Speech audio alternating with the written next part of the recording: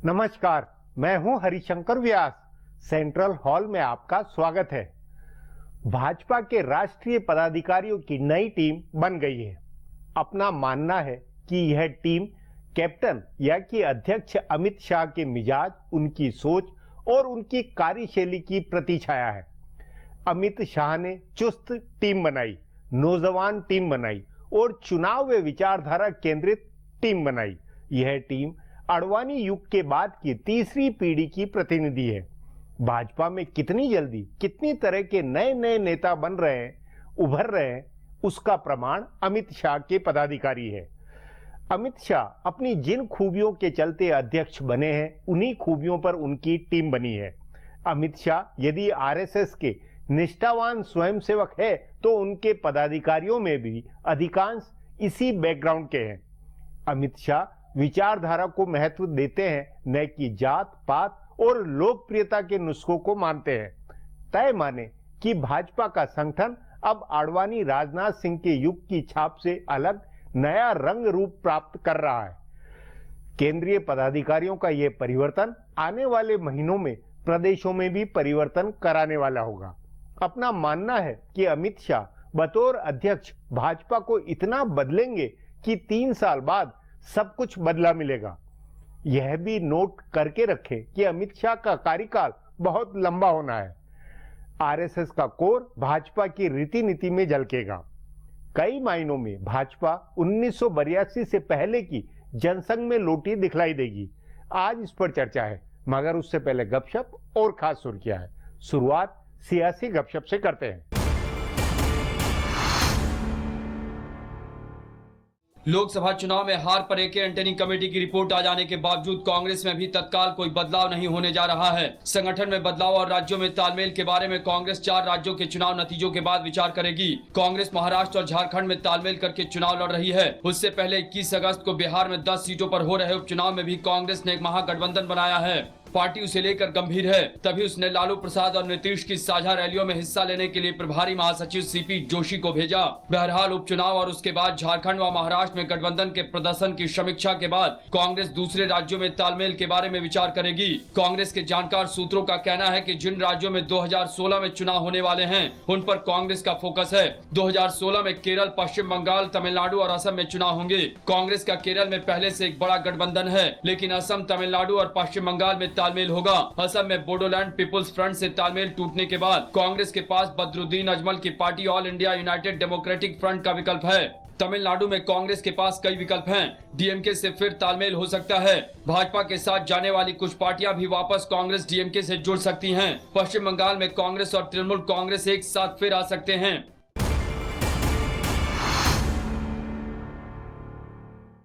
इस साल के अंत में उत्तर प्रदेश में 10 सीटों पर राज्यसभा चुनाव होंगे। इनमें से 6 सीटें समाजवादी पार्टी के खाते में जाएंगी। बीएसपी को 2 और बीजेपी को 1 सीट मिलेगी। कांग्रेस व आरएलडी अलायंस के खाते में 1 सीट जाएगी। सपा के खाते की 6 सीटों के लिए जितनी दावेदारी पार्टी के अंदर के नेताओं की है, उससे ज्यादा चर्चा बाहर से आने वाले नेताओं की हो रही है। वैसे भी मुलायम सिंह कहीं से भी नेता लाकर राज्यसभा में भेजते रहे हैं। पिछली बार उन्होंने बीएसपी छोड़कर आए नरेश अग्रवाल को राज्यसभा सांसद बनाया था। बहरहाल इस बार कई ऐसे नेताओं के नाम की चर्चा है जो पहले सपा में रहे हैं या सपा के सहयोगी रहे हैं। बताया जा रहा है कि अमर सिंह फिर से सपा के उम्मीदवार हो सकते हैं। उनका राज्यसभा का कार्यकाल नवंबर में खत्म हो रहा है। अमर सिंह की ही तरह सपा छोड़कर गए और मुलायम सिंह को जी भरकर कोसने वाले बेनी प्रसाद वर्मा के भी वापस लौटने की चर्चा है और कहा जा रहा है कि वो भी सपा से राज्यसभा के जुगाड़ में है।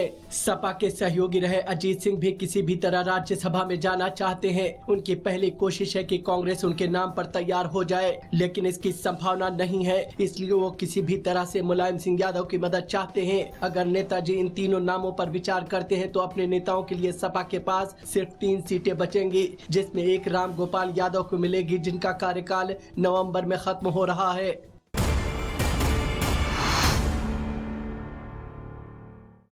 यह किसी को समझ में नहीं आ रहा है कि सरकार और लोकसभा की स्पीकर सुमित्रा महाजन दोनों जानबूझकर किसी रणनीति के तहत फैसले टाल रहे हैं या वैसे ही फैसले नहीं हो पा रहे हैं। वित्त और रक्षा मंत्री अरुण जेटली जिस दिन रक्षा मंत्रालय का कार्यभार संभालने गए थे, उस दिन उन्होंने कहा था कि कुछ ही हफ्तों में नया रक्षा मंत्री कामकाज संभाल लेंगे, लेकिन अब उनकी बात के 12 हफ्ते हो गए हैं पर अभी तक पूर्णकालिक रक्षा मंत्री नहीं आया है। सो सवाल है कि विद इन वीक्स से उनकी क्या मुराद थी? क्या वे महीनों और वर्षों को भी हफ्तों में ही गिनते हैं?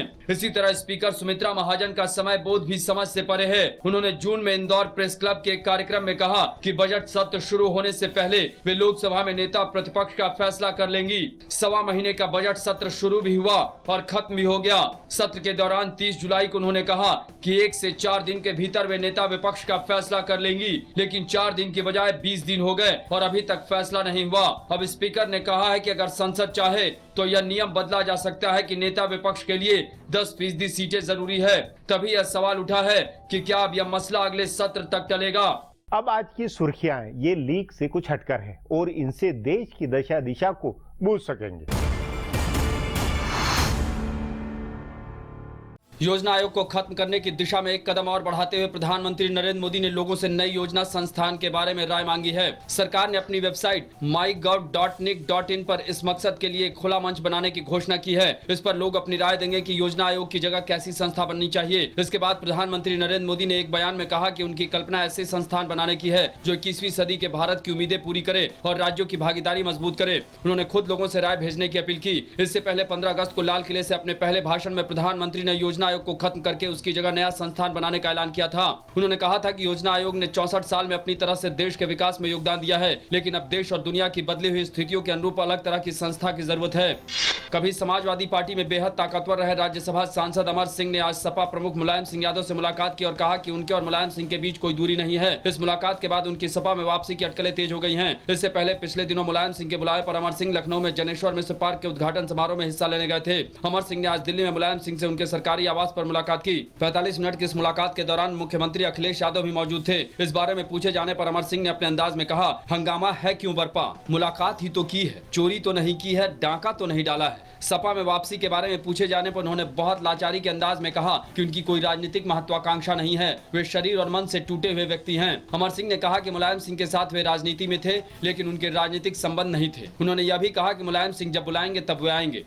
प्रधानमंत्री नरेंद्र मोदी ने कहा कि वे देश से भ्रष्टाचार को पूरी तरह से खत्म करने की कोशिश करेंगे। उन्होंने हरियाणा के कैथल में एक सभा में कहा कि भ्रष्टाचार की बीमारी कैंसर की तरह फैल गई है, जिसे बहुत कठोर उपायों के जरिए ही खत्म किया जा सकता है। उन्होंने लाल किले से दिए गए अपने भाषण की कुछ बातों को दोहराते हुए कहा कि पद पर बैठा हुआ हर आदमी काम से पहले पूछता है कि मेरा क्या और मुझे क्या। उन्होंने कहा कि इस मेरा क्या और मुझे क्या ने देश को तबाह कर दिया है। नरेंद्र मोदी ने कहा कि सभा में आया हुआ कोई आदमी ऐसा नहीं होगा जो भ्रष्टाचार का समर्थक हो। उन्होंने लोगों से पूछा कि क्या उनको भ्रष्टाचार मिटाने के लिए कठोर कदम उठाने चाहिए। इस पर लोगों ने जोरदार आवाज में उनका समर्थन किया। फिर मोदी ने कहा कि वे लोगों के आशीर्वाद से भ्रष्टाचार की बीमारी को पूरी तरह से खत्म करेंगे। चुनाव की घोषणा से पहले हरियाणा की अपनी इस सभा में उन्होंने हरियाणा के किसानों और जवानों के योगदान की तारीफ की। उन्होंने कहा कि हरियाणा का किसान देश का अन्न भंडार भरता है। प्रधानमंत्री ने कहा कि हरियाणा के विकास में केंद्र सरकार हर संभव मदद करेगी। पाकिस्तान से सचिव स्तर की वार्ता बहाल करने और फिर उसे रद्द कर देने के केंद्र सरकार के फैसले की कांग्रेस ने आलोचना की है। कांग्रेस के नेता और पूर्व केंद्रीय मंत्री मनीष तिवारी ने कहा कि पहले तो सरकार ने पाकिस्तान के साथ वार्ता तय कर ली और जब इसकी आलोचना होने लगी तो वह नींद से जागी और अचानक उसने वार्ता रद्द कर दी। उन्होंने कहा कि अलगाववादी सरकार को चुनौती दे रहे हैं और पाकिस्तान भी चुनौती देकर अलगाववादियों से मुलाकात कर रहा है। अब पता नहीं है कि आगे सरकार की क्या रणनीति होगी। दूसरी ओर केंद्रीय कानून मंत्री रविशंकर प्रसाद ने सरकार के फैसले का बचाव करते हुए कहा कि सरकार का स्टैंड एकदम साफ है, पाकिस्तान या तो भारत से बात करे या अलगाववादियों से। भारत के विरोध और पाकिस्तान के साथ वार्ता रद्द कर देने के बावजूद भारत में पाकिस्तानी उच्चायुक्त अब्दुल बासित ने 3 अलगाववादी नेताओं से मुलाकात की। सबसे पहले हुर्रियत कॉन्फ्रेंस के कट्टरपंथी धड़े के नेता सैयद अली शाह गिलानी से बासित ने बात की। दोनों की मुलाकात करीब 1.5 घंटे की रही। उसके बाद शाम 5 बजे जम्मू कश्मीर लिबरेशन फ्रंट के यासीन मलिक पाकिस्तानी उच्चायुक्त से मिले। आखिरी में हुर्रियत कॉन्फ्रेंस के उदारवादी धड़े के नेता मीरवाइज उमर फारूक ने अब्दुल बासित से मुलाकात की। इससे पहले सोमवार को शब्बीर शाह की भेंट हुई थी, जिसके बाद भारत ने पाकिस्तान से होने वाली विदेश सचिव स्तर की वार्ता रद्द कर दी थी। मणिपुर से सशस्त्र सेना विशेषाधिकार कानून हटाने के लिए पिछले 14 साल से अनशन कर रही इरोम शर्मिला को प्रदेश की एक अदालत ने जेल से छोड़ने का आदेश दिया है। मानवाधिकार कार्यकर्ता पर पुलिस ने खुदकुशी की कोशिश का मुकदमा दर्ज किया है, लेकिन अदालत ने कहा कि उनके ऊपर इस तरह का मामला नहीं बनता है। गौरतलब है कि शर्मिला 4 नवंबर 2000 से बेमियादी अनशन पर हैं। इरोम शर्मिला के ऊपर जो आरोप लगाए गए हैं उस मामले में उनको लगातार 1 साल तक हिरासत में रखा जा सकता है। फिलहाल अब एक ब्रेक है, फिर खुलासा होगा।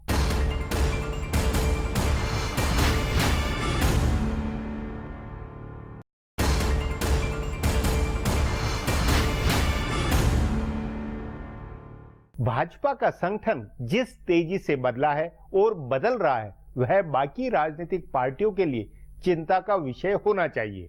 कांग्रेस, समाजवादी पार्टी से लेकर तमाम सेकुलर पार्टियों को यह जान लेना चाहिए कि नरेंद्र मोदी, अमित शाह के नेतृत्व से पार पा सकना बहुत मुश्किल होना है। इस पर आगे चर्चा करें उससे पहले देखें मेरा ये खुलासा।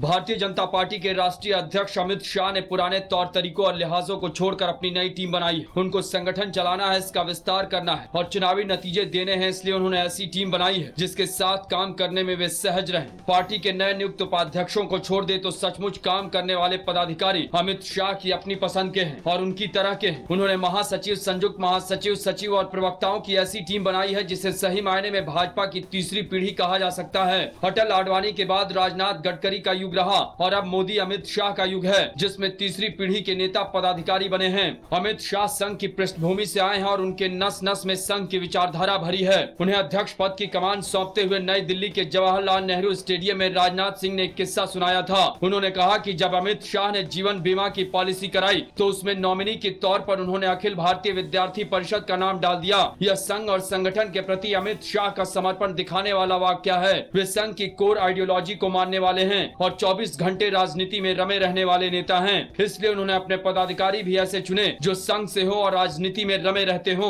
ऐसा पहली बार हुआ कि संघ से आए 3 नेताओं को राष्ट्रीय महामंत्री बनाया गया है। पहले सिर्फ रामलाल थे जो संगठन महामंत्री थे, बाद में नितिन गडकरी ने मुरलीधर राव को जोड़ा। अब इन दोनों के साथ साथ राम माधव भी जुड़ गए हैं। इसी तरह पहले सौदान सिंह और वी सतीश 2 संयुक्त महामंत्री थे जो संघ से आए थे। अब इसमें 2 नाम और जुड़ गए हैं। संघ से भेजे गए शिव प्रकाश और BL संतोष को संयुक्त महामंत्री बना दिया गया है। प्रवक्ताओं की टीम 6 से बढ़ाकर 10 सदस्यों की कर दी गई है। इसमें पुराने प्रवक्ताओं को बनाए रखते हुए नए नाम जोड़े गए हैं। सचिवों में भी नए और युवा नेताओं को जोड़ा गया है और चर्चा है कि गुजरात की टीम से एक आजमाए हुए नेता को कोषाध्यक्ष बनाकर लाया जाएगा। इस टीम की एक खासियत यह भी है कि एकाध अपवादों को छोड़कर इसमें नेताओं के बेटे भतीजों को शामिल नहीं किया गया है। पार्टी के जमीनी कार्यकर्ताओं को तरजीह दी गई है। जाहिर है अमित शाह की यह टीम असर दिखाने वाली है। आने वाले दिनों में भाजपा संगठन के सामने बड़ी चुनौतियां होंगी। लोकसभा चुनाव में नरेंद्र मोदी और भाजपा ने जैसा प्रचार किया वैसा आगे संभव नहीं है। कांग्रेस 10 साल से सत्ता में थी और सत्ता विरोधी लहर पैदा करना हमेशा आसान होता है। खुद सत्ता में रहते हुए उस असर को कम करना बेहद मुश्किल होता है। साथ ही आने वाले वर्षों में ऐसे राज्यों में चुनाव हैं जहां भाजपा मजबूत नहीं रही है या जहां संगठन कमजोर है। उन राज्यों में बेहतर प्रदर्शन बड़ी चुनौती होगी। बहरहाल अमित शाह की टीम दूसरी पार्टियों के लिए भी कुछ नया सोचने और करने को मजबूर करेगी। कांग्रेस और वामपंथी पार्टियों से लेकर प्रादेशिक क्षत्रपों को भी इससे निपटने के लिए इसी तरह की नई और प्रभावी टीम बनानी होगी। अब एक ब्रेक है, उसके बाद अमित शाह की टीम पर चर्चा करेंगे।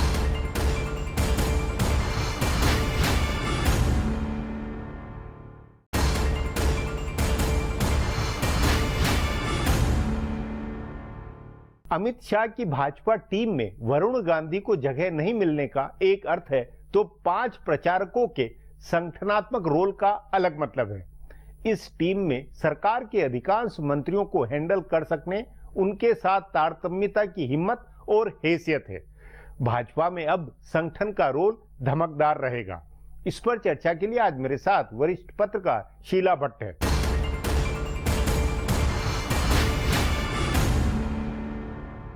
शीला जी, भाजपा अध्यक्ष अमित शाह ने जो नई टीम बनाई है उसका भाजपा और देश की राजनीति के संदर्भ में क्या अर्थ है? हरिशंकर जी, मैं इसको अमित शाह की कैबिनेट कहती हूँ कि अमित शाह की नरेंद्र मोदी की कैबिनेट से भी ज्यादा काम मैं आपको बता सकती हूँ कि वो अमित शाह की कैबिनेट करने वाली है। देखिए, हम 2-3 साल से लिख रहे थे कि राष्ट्रीय स्वयंसेवक संघ कुछ भी उसका भी मिजाज बदल रहा है। मुझे लगता है कि ये जो एक शुरुआत है अमित शाह की, उसमें ऐसा लग रहा है कि राष्ट्रीय सेवक संघ और भारतीय जनता पार्टी के बीच एक रेखा थी, वो रेखा ज्यादा धुंधली हो रही है अभी। दूसरा, आप देखिए आरएसएस की दृष्टि से देखिए कि आज क्या क्या सोचता होगा। आरएसएस के लोग कहते हैं 10 लाख 20 लाख लाखों कार्यकर है। वो सोचते होंगे कि एक चाय वाला प्राइम मिनिस्टर बन गया आरएसएस का प्रचारक। एक वीएचपी का अहमदाबाद सिटी का कार्यकर्ता जो वीएचपी के पोस्टर अहमदाबाद की गलियों में लगाता था वो आज भाजपा प्रमुख है, और राम माधव जो 10-15 साल से आरएसएस का चेहरा था, स्पोक्समैन थे, आज जनरल सेक्रेटरी है। और ऑर्गेनाइजिंग मतलब बीजेपी को उनकी सरकार आने के बाद जो अभी नई दिशा जो बनानी है और उसका जो निर्माण कांड है उसमें राम माधव है। तो मेरा कहने का मतलब है कि आरएसएस के लोग इसको कैसे देखते होंगे वो भी सोचिए। और तीसरा इसमें ये लग रहा है कि सिर्फ मैं आरएसएस की बात नहीं है, एक नरेंद्र मोदी को अपनी सरकार की दिशा तय करनी है। वो पॉलिटिक्स में वो बहुत बड़ी बात नहीं होती है, दिशा तो ये मनमोहन सिंह के पास भी थी और सोनिया गांधी का भी अपना अपनी एक सोच और स्टाइल थी, लेकिन पार्टी कहाँ थी?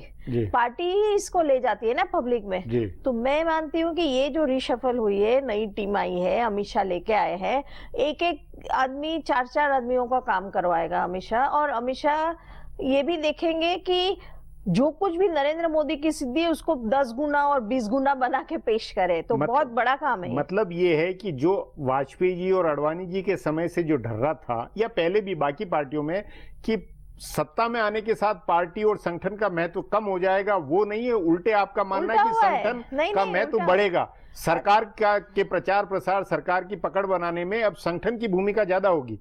नहीं, नरेंद्र मोदी क्या ही ये प्लान है, ये कोई मैं अमित शाह या आरएसएस के प्लान से भी बड़ा मानती हूँ। नरेंद्र मोदी मार्केटिंग और उसका सबसे, तो उस नाते उन्होंने खुद संगठन को महत्व देकर ये सारी टीम में उनका भी योगदान है, बहुत बड़ा है। और मैं मानती हूँ कि अमित शाह को लाया वो भी एक प्लान के तहत है।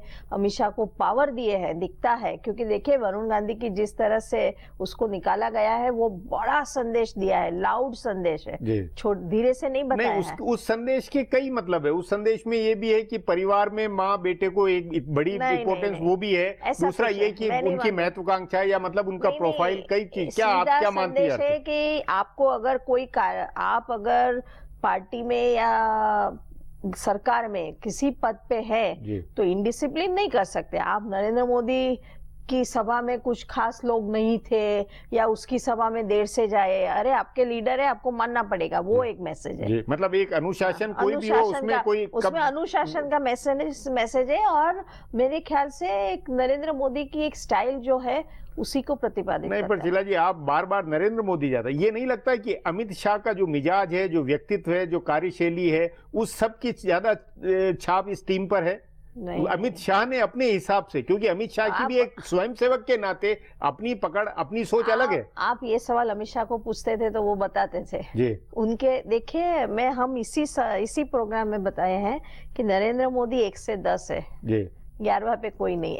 इस ढंग का एक माहौल है आज देश में। नरेंद्र मोदी रॉकस्टार की तरह पॉपुलर है जी। और इसीलिए उन्होंने ऐसी स्पीच दी लाल किले से। वो एक अलग इशू। मैं संगठन और पदाधिकारी पे फोकस करें। 11 अशोका रोड जो मुख्यालय भाजपा का, उसकी कार्य संस्कृति, उसके असर को लेकर क्या राय बनती है? मैं मानती हूँ कि तीनों एक ही पेज पे है, तीनों में एक संवादिता है, और तीनों वो गुड कॉप बैड कॉप जो अंग्रेजी में थियरी है कि आप किसी को कुछ कहना है तो अमित शाह का उपयोग करें, किसी को कुछ मनाना है तो कहीं नरेंद्र मोदी का उपयोग करें। मुझे नहीं लगता है इतना फर्क अभी है, आगे जाके अंतर आ सकता है, लेकिन आज के दिन तो तीनों ने मिलके एक प्लान बनाया है और उसी के तहत है। उसमें एक बाकी दूसरी राजनीतिक पार्टियों को, जो भाजपा में घटनाक्रम हो रहा है, जो नई टीम आई है, जो नए अध्यक्ष है, उससे बाकी राजनीतिक पार्टियों को क्या मैसेज जाता है, या उनके लिए किस तरह का मैसेज है? ये बहुत अच्छा सवाल है जी। बहुत बड़ा मैसेज है। कांग्रेस वालों को कह रहे हैं कि आलस मत करिए और खड़े हो जाइए और कुछ मेहनत करिए। मेरे ख्याल से ये सीधा मैसेज है सादी भाषा में, क्योंकि और दूसरा लेफ्ट पार्टी को भी मैसेज है कि आज देश में इतनी गरीबी होने के बावजूद, इतने सारे प्रॉब्लम्स होने के बावजूद, क्यों लेफ्ट पार्टी को गरीब जनता भी और पिछड़ी हुई और दुखी जनता भी सुनती नहीं है। और मुझे लग रहा है कि अमित शाह और उसकी टीम इतनी मेहनत करती है, इतनी मेहनत करेगी और इतनी आक्रामकता के साथ राजनीति करेगी। हाँ, और सबसे पहले ये है कि इतना फोकस उनका है। मैं अगर मुझे कोई कांग्रेस वाला कभी भी कहीं भी मिल जाते हैं, मैं कहती हूँ आप मेहनत करते हैं, मैं सिर्फ ये सवाल पूछती हूँ, क्योंकि ये लड़ाई इतनी ज्यादा जितनी विचारों की है उतनी ही ज्यादा कार्यशैली की है, कार्यशैली और मेहनत की भी, कि भाई मेहनत आप की। बिल्कुल धुन की तरह बिल्कुल और आप देखिए, आप ध्यान से अमित शाह की जो नई लिस्ट है ना, जी। मेरे ख्याल से एक राजीव प्रताप रूडी, एक एमजे अकबर और 2-3 जो मुझे याद नहीं आ रहे, ऐसे कोई प्रमोद महाजन की बेटी, जी। ऐसे और 2 ले जी। लीजिए। बाकी पूरी टीम ऐसी है जो कभी 5 स्टार होटल में खाना नहीं खाएगी। जो मतलब जो चाल चेहरे चरित्र के नाते नहीं, वो भाजपा की बहुत- भाजपा नहीं, की वो पुरानी बहुत- पुरानी नहीं, थीसिस मैं पे ये नहीं जाएंगे कहना- या क्या नहीं, अलग नहीं, होगा? मैं वो बहुत बड़ा स्टेटमेंट होगा। मैं ये कहने चाहती हूँ, ये सब मेहनत करने वाले, इनको टाइम ही नहीं है 5 स्टार में जाओ, स्विमिंग पूल में स्विमिंग करो, ये करो, कोई शॉपिंग करने मॉल में जाओ, ये सब इतने मेहनतू उस नाते हाँ। भाजपा की इस टीम को देखकर बाकी पार्टियों को और बाकी पार्टियों के संगठन को अपने को बदलना पड़ेगा, नहीं तो ये बिल्कुल रिलेवेंट नहीं रह अमित शाह पाएंगे। की टीम का 2 मैसेज है। जी। आरएसएस और बीजेपी का अंतर कम हो रहा है पब्लिक लाइफ में, और दूसरा मैसेज ये है कि बड़ी मेहनत से, फोकस से, सिर्फ पॉलिटिक्स पॉलिटिक्स पॉलिटिक्स 24 घंटा वो होगी। जी शीला जी, बातचीत को यहीं समाप्त करेंगे। प्रोग्राम में आने के लिए बहुत बहुत धन्यवाद। हमारा प्रोग्राम अब यहीं खत्म होता है, मुझे इजाजत दीजिए, कल फिर मिलेंगे इसी चैनल पर इसी समय।